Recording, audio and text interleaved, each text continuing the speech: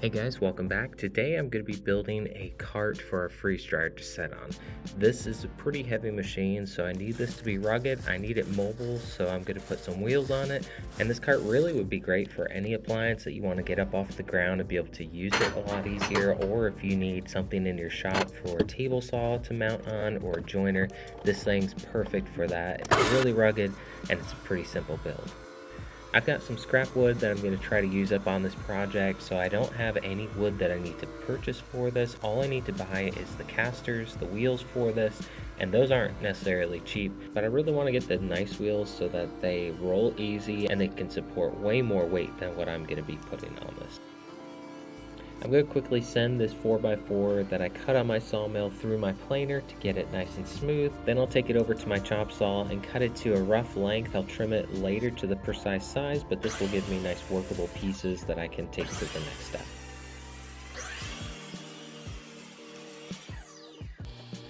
Next, I'll take these 4x4s over to my table saw and I'm going to cut a groove for the side panels to set down inside and glue to these 4x4s. I'll be running this through probably 6 or 7 times to cut a series of notches in this, and then I'll chisel it out with a chisel once I'm done. Now this would be a lot easier if I had a dado blade, but my dado blade's not very sharp right now, so this is a bit easier for me to do than using that dado.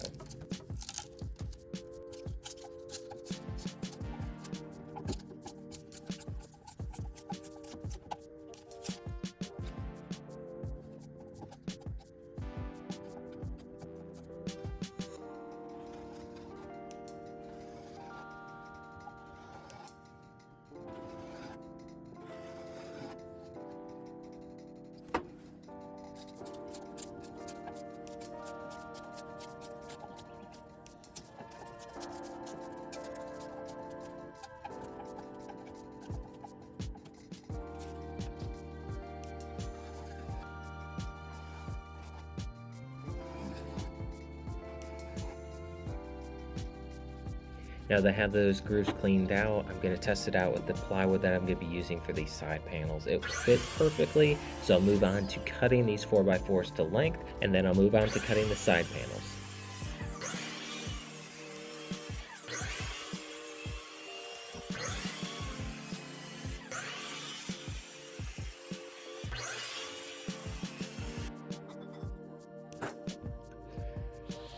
Now for the side panels, I have a bunch of scrap pieces of plywood that I used in the previous build. That's going to work perfectly for this, so I'll cut them down to the height and width that I need, and then I can move on to gluing this up on the next step. Now one side of the cart, I want an opening so I can store stuff inside of this, so it's not just empty hollow space in there. You could easily put a door on this or some drawers to make it easier to access, but I'm just gonna throw an opening in there and I can put all the storage for what I need for this freeze dryer down below. I'm going to throw some wood glue on these joints and put those side panels in and clamp it while it dries, and I'm going to assemble all 4 sides together so I know for sure it's going to stay square and everything is where it needs to be.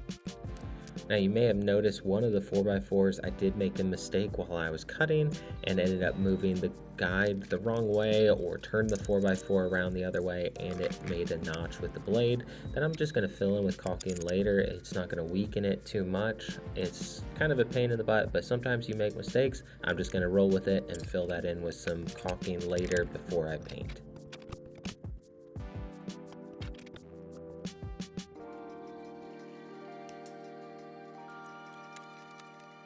On this last side, I'm just going to put in a frame here with a top and bottom board, and then 2 pieces on the sides. I'm just going to clamp this in really tight so that holds well, and I'll put in a few brad nails just to hold it in place until that glue fully dries.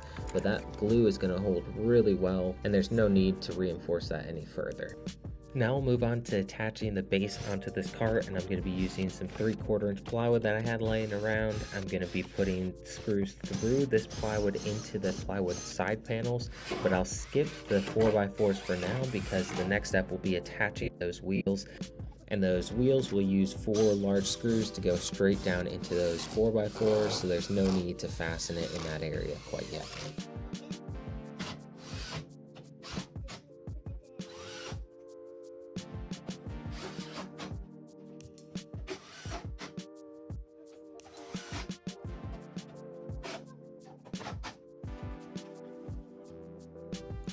Now to make this look a little bit nicer, I'm going to take my router with a flush cut bit on it and go around the perimeter and just cut out the excess plywood.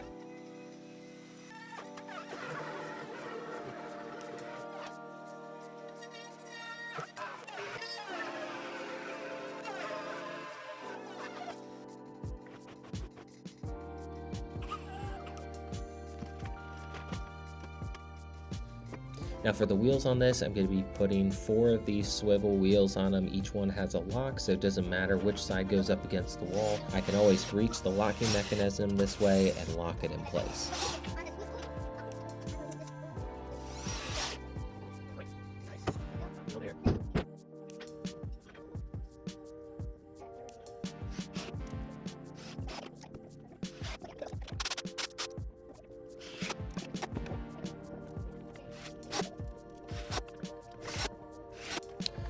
Alright, that wraps up the bottom. I'm going to flip this over and put the top on this cart. And again, another piece of 3/4 inch plywood, just a little bit bigger than the cart itself. I'll leave that overhang around 1 inch to 1.5 inches on all sides. And I'll screw this down to the 4x4s and the plywood panels as well.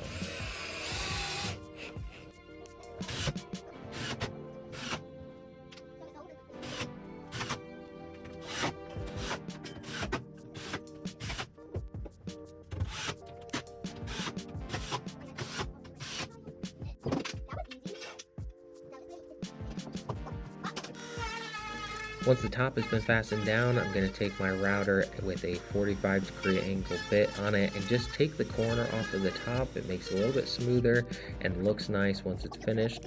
Then I'll take some caulking and fill all the screw holes on the top of this. This is all going to be painted, so I'm not worried about it blending in at this point. Then I'll lay down some plastic and cover up the wheels that are underneath, and I'm going to get started painting this entire cabinet white with my paint sprayer.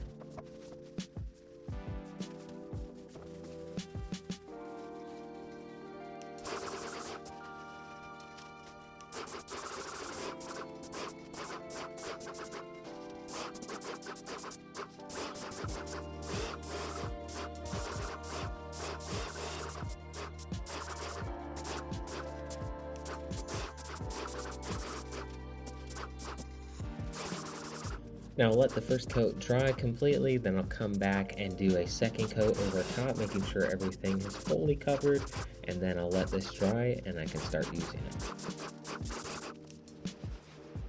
So once it's dried fully, this is how it turned out. Not too bad, I really like it, and it's perfect for what we need for this freeze dryer.